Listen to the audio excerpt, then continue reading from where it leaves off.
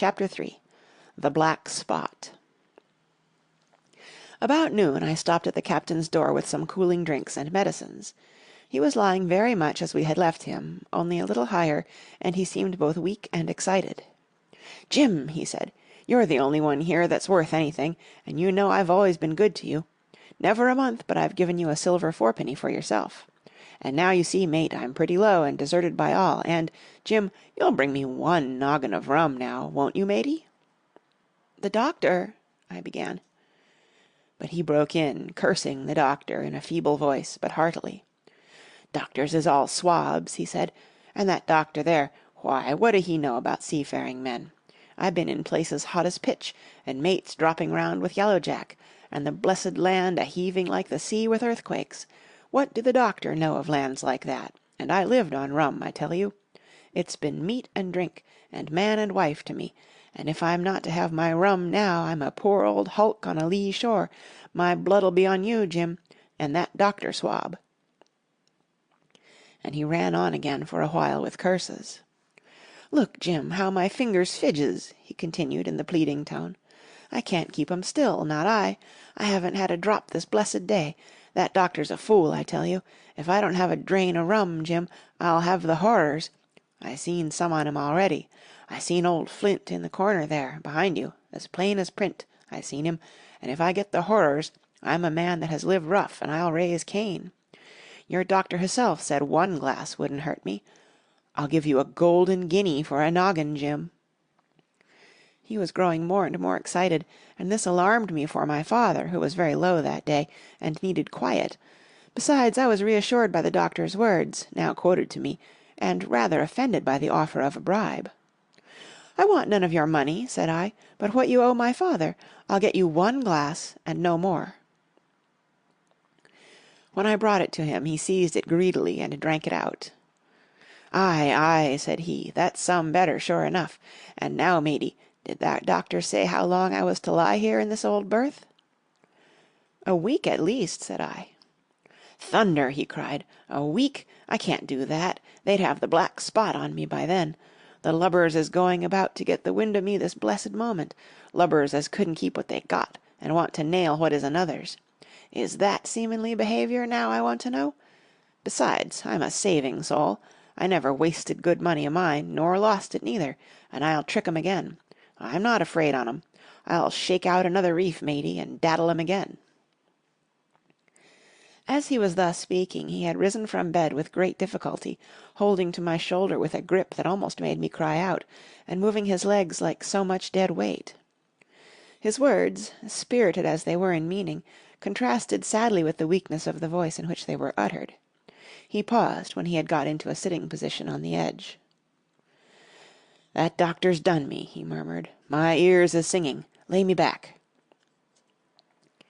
Before I could do much to help him, he had fallen back again to his former place, where he lay for a while silent. "Jim," he said at length, "you saw that seafaring man to-day?" "Black Dog?" I asked. "Ah, Black Dog," says he. "He's a bad un, but there's worse that put him on. Now, if I can't get away nohow, and they tip me the black spot, mind you, it's my old sea chest they're after. You get on a horse. You can, can't you? Well then, you get on a horse and go to—well, yes, I will, to that eternal doctor swab, and tell him to pipe all hands, magistrates and such, and he'll lay 'em aboard at the Admiral Benbow, all old Flint's crew, man and boy, all on 'em that's left. I was first mate, I was, old Flint's first mate, and I'm the only one as knows the place. He gave it me at Savannah, when he lay a-dying, like as if I was to now, you see. But you won't peach unless they get the black spot on me, or unless you see that Black Dog again, or a seafaring man with one leg, Jim, him above all." "But what is the black spot, Captain?" I asked. "That's a summons, mate. I'll tell you if they get that. But you keep your weather eye open, Jim, and I'll share with you equals, upon my honour." He wandered a little longer, his voice growing weaker, but soon after I had given him his medicine, which he took like a child, with the remark, "If ever a seaman wanted drugs, it's me," he fell at last into a heavy swoon-like sleep, in which I left him. What I should have done had all gone well, I do not know. Probably I should have told the whole story to the doctor, for I was in mortal fear lest the captain should repent of his confessions and make an end of me. But as things fell out, my poor father died quite suddenly that evening, which put all other matters on one side. Our natural distress, the visits of the neighbours, the arranging of the funeral, and all the work of the inn to be carried on in the meanwhile, kept me so busy that I had scarcely time to think of the captain, far less to be afraid of him. He got downstairs next morning, to be sure, and had his meals as usual, though he ate little, and had more, I am afraid, than his usual supply of rum, for he helped himself out of the bar, scowling and blowing through his nose, and no one dared to cross him. On the night before the funeral he was as drunk as ever, and it was shocking, in that house of mourning, to hear him singing away at his ugly old sea-song, but weak as he was, we were all in the fear of death for him, and the doctor was suddenly taken up with a case many miles away, and was never near the house after my father's death. As I have said, the captain was weak, and indeed he seemed rather to grow weaker than regain his strength. He clambered up and down stairs, and went from the parlour to the bar and back again, and sometimes put his nose out of doors to smell the sea, holding on to the walls as he went for support, and breathing hard and fast like a man on a steep mountain. He never particularly addressed me, and it is my belief he had as good as forgotten his confidences, but his temper was more flighty, and, allowing for his bodily weakness, more violent than ever. He had an alarming way now when he was drunk of drawing his cutlass and laying it bare before him on the table. But with all that, he minded people less, and seemed shut up in his own thoughts, and rather wandering. Once, for instance, to our extreme wonder, he piped up to a different air, a kind of country love-song that he must have learned in his youth, before he had begun to follow the sea. So things passed until, the day after the funeral, and about 3 o'clock of a bitter, foggy, frosty afternoon, I was standing at the door for a moment, full of sad thoughts about my father, when I saw someone drawing slowly near along the road.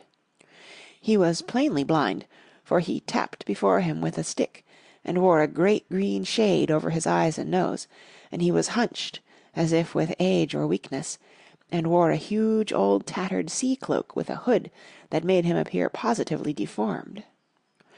I never saw in my life a more dreadful-looking figure. He stopped a little from the inn, and, raising his voice in an odd sing-song, addressed the air in front of him. "Will any kind friend inform a poor blind man, who has lost the precious sight of his eyes in the gracious defence of his native country, England, and God bless King George, where or in what part of this country he may now be?" "You are at the Admiral Benbow, Black Hill Cove, my good man," said I. "I hear a voice," said he, "a young voice. Will you give me your hand, my kind young friend, and lead me in?" I held out my hand, and the horrible, soft-spoken, eyeless creature gripped it in a moment like a vice. I was so much startled that I struggled to withdraw, but the blind man pulled me close up to him with a single action of his arm. "Now, boy," he said, "take me in to the captain." "Sir," said I, "upon my word I dare not." "Oh," he sneered, "that's it. Take me in straight, or I'll break your arm." And he gave it, as he spoke, a wrench that made me cry out. "Sir," said I, "it is for yourself I mean. The captain is not what he used to be. He sits with a drawn cutlass. Another gentleman—" "Come now, march," interrupted he, and I never heard a voice so cruel and cold and ugly as that blind man's. It cowed me more than the pain, and I began to obey him at once, walking straight in at the door and towards the parlour, where our sick old buccaneer was sitting, dazed with rum. The blind man clung close to me, holding me in one iron fist, and leaning almost more of his weight on me than I could carry. "Lead me straight up to him, and when I'm in view, cry out, 'Here's a friend for you, Bill!' If you don't, I'll do this," and with that he gave me a twitch that I thought would have made me faint. Between this and that I was so utterly terrified of the blind beggar that I forgot my terror of the captain, and as I opened the parlour door, cried out the words he had ordered in a trembling voice. The poor captain raised his eyes, and at one look the rum went out of him, and left him staring sober. The expression of his face was not so much of terror as of mortal sickness. He made a movement to rise, but I do not believe he had enough force left in his body. "Now, Bill, sit where you are," said the beggar. "If I can't see, I can hear a finger stirring. Business is business. Hold out your left hand. Boy, take his left hand by the wrist and bring it near to my right." We both obeyed him to the letter, and I saw him pass something from the hollow of the hand that held his stick straight into the palm of the captain's, which closed upon it instantly. "And now that's done," said the blind man, and at the words he suddenly left hold of me, and with incredible accuracy and nimbleness skipped out of the parlour and into the road, where, as I stood still motionless, I could hear his stick go tap, tap, tapping into the distance. It was some time before either I or the captain seemed to gather our senses, but at length, and about at the same moment, I released his wrist, which I was still holding, and he drew in his hand, and looked sharply into the palm. "10 o'clock!" he cried. "6 hours!